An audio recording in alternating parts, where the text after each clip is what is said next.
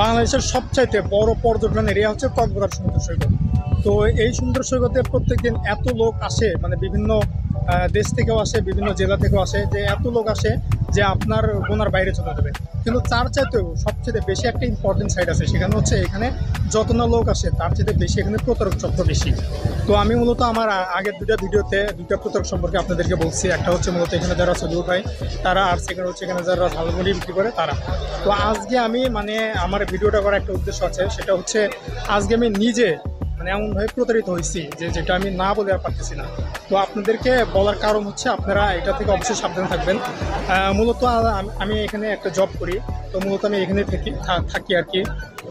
তো আমার এখানে থাকার সুবাদে আমি এখানকার তো প্রত্যেকদিন সকাল করে কখনো মানে ভাত বা খিচুড়ি পাওয়া যায় না। তো এখানে মূলত হচ্ছে এদের হচ্ছে ফেভারিট খাবার হচ্ছে আমরা যেটাকে ছোলা বুট বলি, সেটার সাথে মুড়ি। তো এনারা বলে হচ্ছে সোনা বুট, যেটা আমি খুবই মানে আমার মুখে আসে না কি, আমি বলতে পারি না। তো যাই হোক, তো আমি আজকে একটা হোটেলে সকালে দেখলাম ওখানে ভাত ঘর লেখা আছে, তো আমি ভাত খাওয়ার জন্য গেছি। তো মূলত অনেকদিন হচ্ছে আমি আলু ভর্তা এবং ডাল খাই না সকাল করে, যেটা আমি বাসায় প্রায় যদি হোটেলে খাইতাম রেগুলার খাইতাম আর কি। তো যার কারণে আমি হচ্ছে আলু ভর্তা অর্ডার করলাম। তো ওনারা আলু ভর্তা দিল, এক প্লেট ভাত দিল এবং সাথে ডাল দিল আমাকে।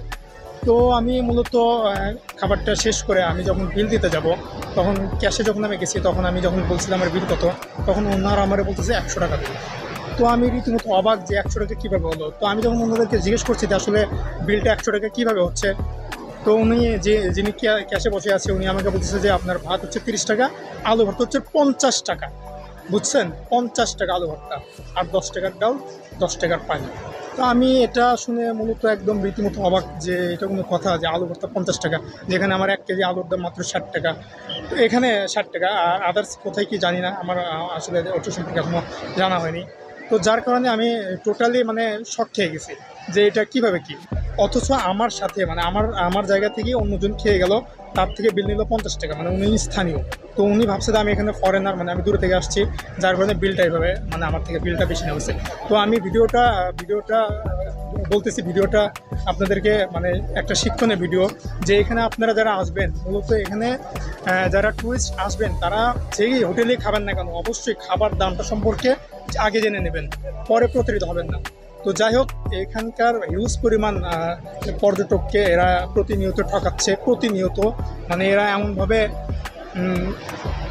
মানে আমার বলার বাইরে, যে এরা প্রত্যেকটা দিন এত পর্যটককে এমনভাবে ঠকাচ্ছে, মানে এই ঠকানোটা মানে পৃথিবীতে আর কোনো দেশে নাই, একমাত্র আমাদের বাংলাদেশে এটা মানে প্রচলিত আছে। তো সুতরাং আপনারা যারা আসবেন অবশ্যই এখানে সাবধান, এখানে অবশ্যই সাবধানতা অবলম্বন করবেন, সেফভাবে চলবেন। অবশ্যই আপনি যে কাজটাই করবেন না কেন, অবশ্যই জেনে বুঝে একদম সঠিক তথ্য নিয়ে তারপর আগাবেন। আর অবশ্যই এখানে যদি কোনো সমস্যা হয়, তাহলে প্রত্যেকটা পয়েন্টে পুলিশ বক্স আছে, আপনারা সেখানে কমপ্লেন করবেন। তো ঠিক আছে, ধন্যবাদ, ভালো থাকবেন সবাই, আসসালামু আলাইকুম।